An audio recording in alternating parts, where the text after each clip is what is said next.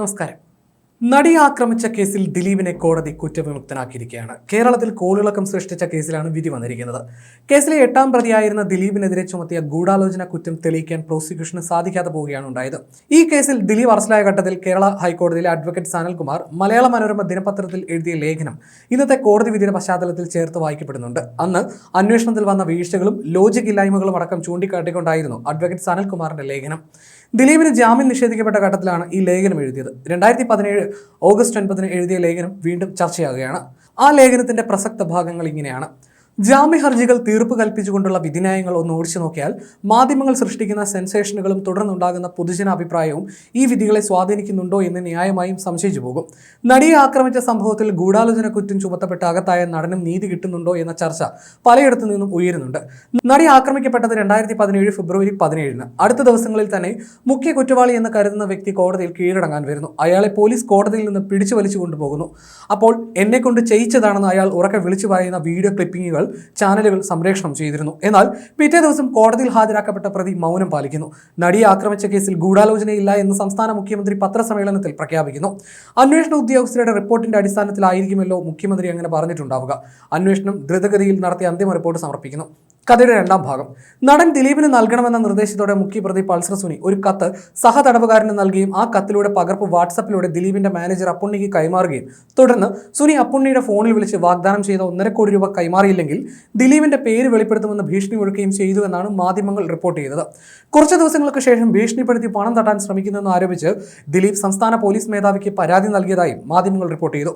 ദിലീപിന്റെ പരാതി അപ്പോൾ തന്നെ ചുമതലപ്പെട്ട പോലീസ് സ്റ്റേഷനിൽ അയച്ചു കൊടുത്ത് പ്രഥമ വിവര റിപ്പോർട്ടും അന്വേഷണവും നടത്തിയതായി അറിയില്ല. കഥയുടെ ഇടയിൽ സുപ്രീം കോടതി ഉത്തരവിനെ തുടർന്ന് സംസ്ഥാന പോലീസ് മേധാവി സ്ഥാനത്ത് നിന്ന് ലോക്നാഥ് ബെഹ്റ മാറുകയും സെൻകുമാർ പുനർനിയമിക്കപ്പെടുകയും ചെയ്തു. ഈ സന്ദർഭത്തിൽ തന്നെ ദിലീപാണ് ഹീനകൃത്യം ചെയ്യിച്ചതെന്ന് പൾസർ സുനി പറഞ്ഞതായി അയാളുടെ സഹതടവുകാരൻ വെളിപ്പെടുത്തുകയും കേസിലെ ഗൂഢാലോചന ഭാഗം പോലീസ് ത്വരിതഗതിയിൽ അന്വേഷിക്കാൻ തുടങ്ങുകയും ചെയ്യുന്നു.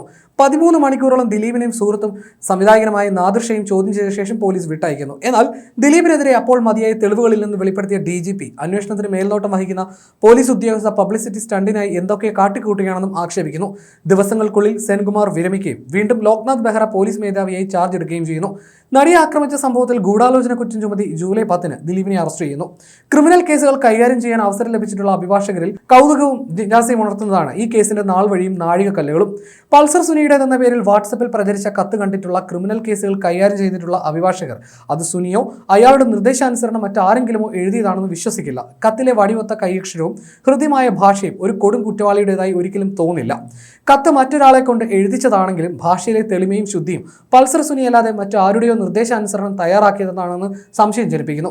ഒരു കത്തിനുണ്ടാകേണ്ട സ്വാഭാവികത അതിന്റെ കെട്ടിലും മട്ടിലും ഒട്ടുമില്ല. വെട്ടും കുത്തുമില്ലാത്ത ഒരു കത്ത് ഒരിക്കലും സ്വാഭാവികമല്ല. മറ്റെവിടെയോ വെച്ച് തയ്യാറാക്കിയ ഉള്ളടക്കം അതേപടി മറ്റാരെയോ കൊണ്ട് പകർത്തി എഴുതിച്ച ഈ കത്താണ് തനിക്കെതിരെ ആരോ ഗൂഢാലോചന നടത്തുന്നുണ്ടെന്ന് ദിലീപ് പരാതിപ്പെടുവാൻ ഇടയാക്കിയത്. ആ പരാതിയെ തുടർന്ന് ലളിതകുമാരി കേസിലെ സുപ്രീം കോടതിയുടെ മാർഗനിർദ്ദേശപ്രകാരം പ്രത്യേക ക്രൈം രജിസ്റ്റർ ചെയ്ത് അന്വേഷണം നടത്തേണ്ടതായിരുന്നു. ആ പരാതി എന്തായി എന്നോ അതിന്മേൽ കേസ് രജിസ്റ്റർ ചെയ്ത് അന്വേഷണം നടത്തിയിട്ടുണ്ടോ എന്ന് ഇപ്പോൾ വ്യക്തമല്ല. ഗൂഢാലോചന ആരോപിക്കുമ്പോൾ അതിന് പ്രേരകമായ വസ്തുത അത്രത്തോളം ബലവത്താണോ എന്നും സംശയിക്കേണ്ടിയിരിക്കുന്നു. നടന്റെ ദാമ്പത്യ ജീവിതം തകർത്തതിൽ ആക്രമിക്കപ്പെട്ട നടിയുടെ ഇടപെടൽ ഉണ്ടായിരുന്നെന്നും അതാണ് ഈ കടുങ്കൈ ചെയ്യാൻ നടനെ പ്രേരിപ്പിച്ചതെന്നും പറഞ്ഞാൽ മേധാശക്തിയുള്ള ഒരു ന്യായാധിപൻ എങ്ങനെ അത് വിശ്വസിക്കും?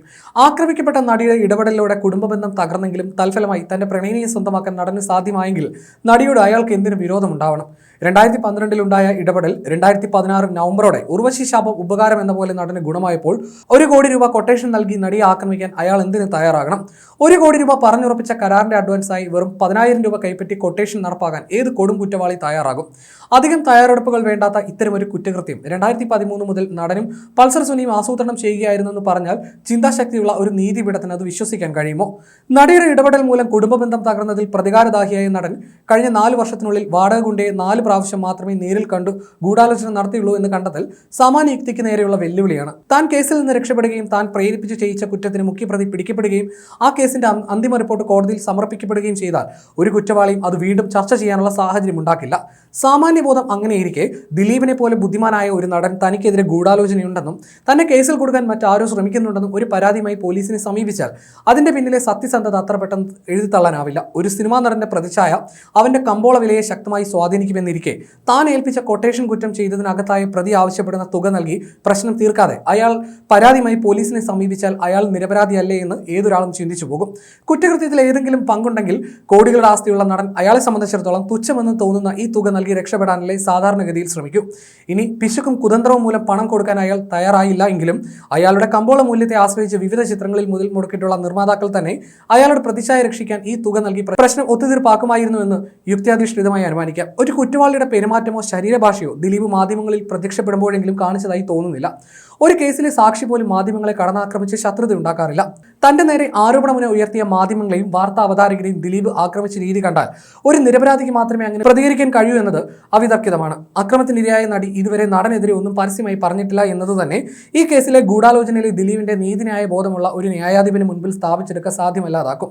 13 മണിക്കൂറിലധികം തുടർച്ചയായ ചോദ്യം ചെയ്യലിന് വിധേയനായ വ്യക്തി അതിനുശേഷം ഒളിച്ചോടാനോ ഒരു മുൻകൂർ ജാമ്യാപേക്ഷ സമർപ്പിക്കാനോ തയ്യാറായില്ല എങ്കിൽ അത് അയാൾ താൻ കുറ്റവാളിയല്ല എന്ന അചഞ്ചലമായ ആത്മവിശ്വാസത്തിന്റെ പ്രതിഫലനമായി അതിനെ കാണേണ്ടി വരും. നടിയെ ആക്രമിച്ച സംഭവത്തിൽ പിടിയിലായ പൾസർ സുനിയുടെ മുൻകാല പ്രവർത്തികൾ സൂചിപ്പിക്കുന്നത് ഇതുപോലെയുള്ള ആക്രമണങ്ങൾ ഇയാൾ മുൻപ് നടത്തിയിട്ടുണ്ട് എന്നാണ്. പ്രശസ്തരായ നടിമാരെ ഇത്തരത്തിൽ ആക്രമിക്കാൻ പൾസർ സുനിയെ പോലുള്ള വാടക ഗുണ്ടകൾ തയ്യാറാവുന്നെങ്കിൽ സിനിമയ്ക്കുള്ളിൽ എവിടെയോ ഇരിക്കുന്ന വലിയ സ്രാവുകൾ നൽകുന്ന കൊട്ടേഷനുകളുടെ നടപ്പാക്കൽ മാത്രമാണ് അതെന്ന കാര്യത്തിൽ സംശയിക്കേണ്ട.